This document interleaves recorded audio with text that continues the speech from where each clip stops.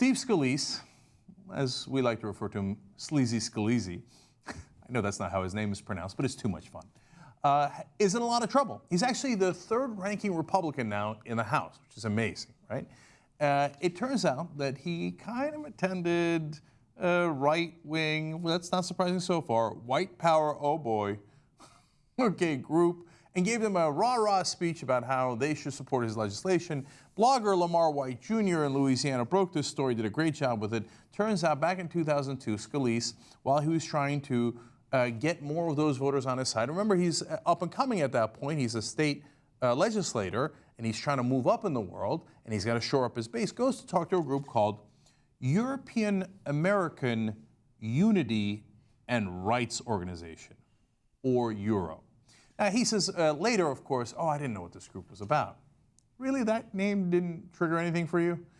Once you found out that they weren't talking about the drachma or how the IMF has screwed over Spain and Greece, you didn't think,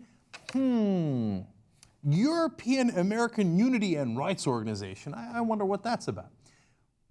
Well, let's give you more details on this group and see if other things might have raised a red flag, or a white flag in this case. The advisor said the congressman didn't know at the time about the group's affiliation with racists and neo-Nazi activists. Okay? The organization, founded by former Klu Klux Klan leader David Duke, has been called a hate group by several civil rights organizations, including the Southern Poverty Law Center. Now, David Duke was the former Grand Wizard of the KKK, also a neo-Nazi for fun. He ran for governor of Louisiana in 1991, so it's not like he wasn't well known. He ran for Congress many times after that as well. But certainly in the state of Louisiana, people knew who David Duke was. So if your group is founded by David Duke, you know what that group's all about, okay?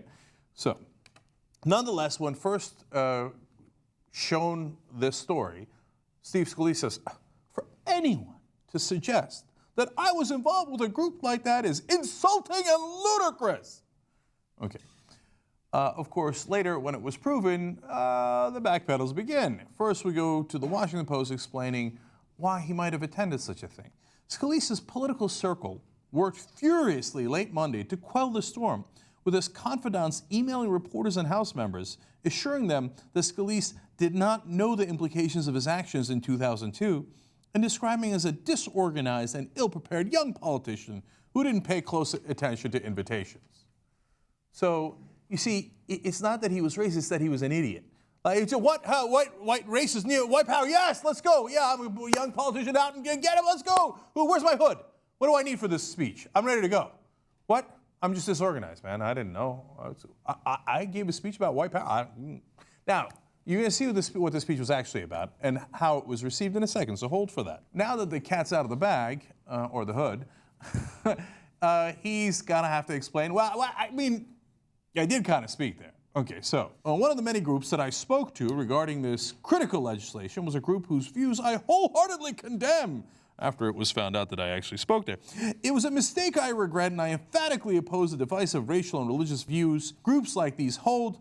I'm very disappointed that anyone would try to infer otherwise for political gain. You see, it wasn't that he was trying to do political gain. It's just that when we found out that he's speaking to neo-Nazis, we're apparently seeking political gain.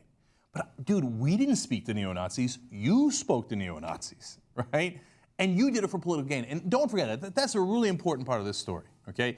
Because after they've already achieved a certain status, then they turn around and say, oh, those guys, I don't know what you're talking about, right? Like, you know, you'll hear sometimes comedians are more raw when they're first up and coming, and then when they go on TV, they get watered down and they become vanilla and they become mainstream. That also happens with politicians. But the guys he's needed to appeal to and that were his base were guys who were racist, right? Not all of them, but a lot of them.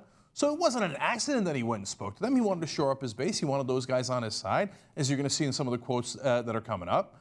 And so, but then later, once you've already succeeded, you go, oh yeah, no. Young politician, disorganized. I don't know what happened there. No, it was for his own political gain, and he knew exactly what he was doing. So they reached out to David Duke, the former Grand Wizard, and they said, what do you think of Steve Scalise? He said, he's a fine family man and a good person. Well, that's reassuring to find out. So apparently Duke is on his side. David Duke went on to ask, they asked him, they said, well, do you think that Scalise knew that he was speaking in front of your group? He said, it would seem to me it would be likely that he would know, but I don't know. David Duke, of course, also spoke to that group. By the way, he's the founder, obviously, spoke to them several times. One of the times that he spoke to them during that particular conference was on the phone. And I was wondering, why is he on the phone? He was in jail at the time. So a bunch of classy guys here. All right, now, the spokesperson for Steve Scalise, more backpedaling. He has never been affiliated with the abhorrent group in question. The hate-fueled ignorance and intolerance that group projects is in stark contradiction to what Mr. Scalise believes and practices as a father, a husband, and a devoted Catholic. I love how they throw that in, because no Catholic's ever been hateful. Like, so since he's a Catholic, it's over. Obviously, he's innocent. Okay, so that's good to know. Now, we go to the people who actually attended this speech. Now, they wrote about it at the time glowingly on stormfront.org. Okay, so here's one attendee of Euro. Representative Scalise brought into sharp focus the dire circumstances pervasive in many important underfunded needs of the community at the expense of graft within the Housing and Urban Development Fund, an apparent giveaway to selective group based on race. Wait now, why is Scalise giving this speech on race in front of the white power group if he didn't know they were a white power group? So he goes in there, was that his standard stump speech? Oh, the blacks, they're getting all the advantages from housing and urban development, and the government is giving it to them through graft and all that. The blacks are getting all the advantages. What a wonderful coincidence that you happen to say that in front of neo-Nazis, who then later rave about your speech, saying that it was the best speech of the convention on their website, stormfront.org.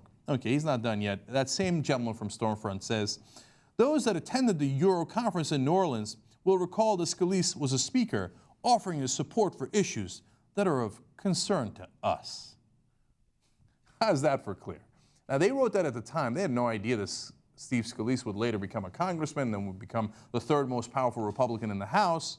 And of course, John Boehner now backing him fully and saying that he just made an error in judgment. You know, remember when you slipped up and accidentally went to a Klan meeting? It happens.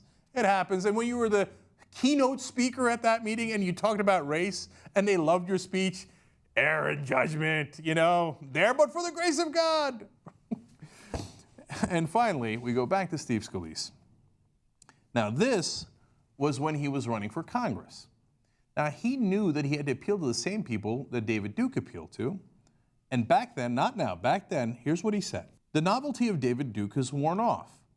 The voters in this district are smart enough to realize that they need to get behind someone who not only believes in the issues they care about, but also can get elected. Duke has proven that he can't get elected, and that's the first and most important thing. In other words, I understand why you'd want to support David Duke, but don't do it because he can't get elected. Why don't you support the guy who agrees on the same issues and has the same concerns, but that doesn't have the baggage of David Duke? Now, you still think he didn't know what was at that event? You still don't think that he knew he was appealing to David Duke's constituents? That he knew that he was trying to get racists to vote for him, and that's why he went and appealed to racists? Come on, who could be that unbelievably naive? Obviously, Scalise knew it, and he went to that group, and this is how he built his political career. Look, a lot of people think that this stuff is all ancient history. But you gotta remember, David Duke ran for governor in 1991 and almost won in Louisiana. In 91, not 31, not 61, he got 38.8% of the vote. He got into the top two in a primary runoff and then got nearly 40% of the vote in the general election. During his campaign, David Duke, back in 1991, he would, from his office, political office, hand out copies of Mein Kampf. So that's the guy who started this group that Steve Scalise went to, spoke in front of, was a keynote speaker of. And by the way, David Duke also says, my campaign manager and Scalise used to talk all the time. They knew each other really well, and they were very friendly. That's why he says it would be surprising if Steve Scalise didn't know the group that he was speaking from. Of course he knew, and you can tell by his last quote that he was actively trying to court the racist supporters and voters for David Duke and get them to vote for him instead. That's who Steve Scalise is. Dude, 91, and he got 39% of the vote. Duke did. Isn't that amazing? He was a grand wizard of the KKK. I'm blown away by that, man. And we think, oh, racism, long time ago. 39% of the people in Louisiana voted for a grand wizard of the KKK in 1991. Unbelievable. And now one of his proteges, basically, is the third in charge of the House. No, there's no racial issues in America. We're just making it up. It's all us.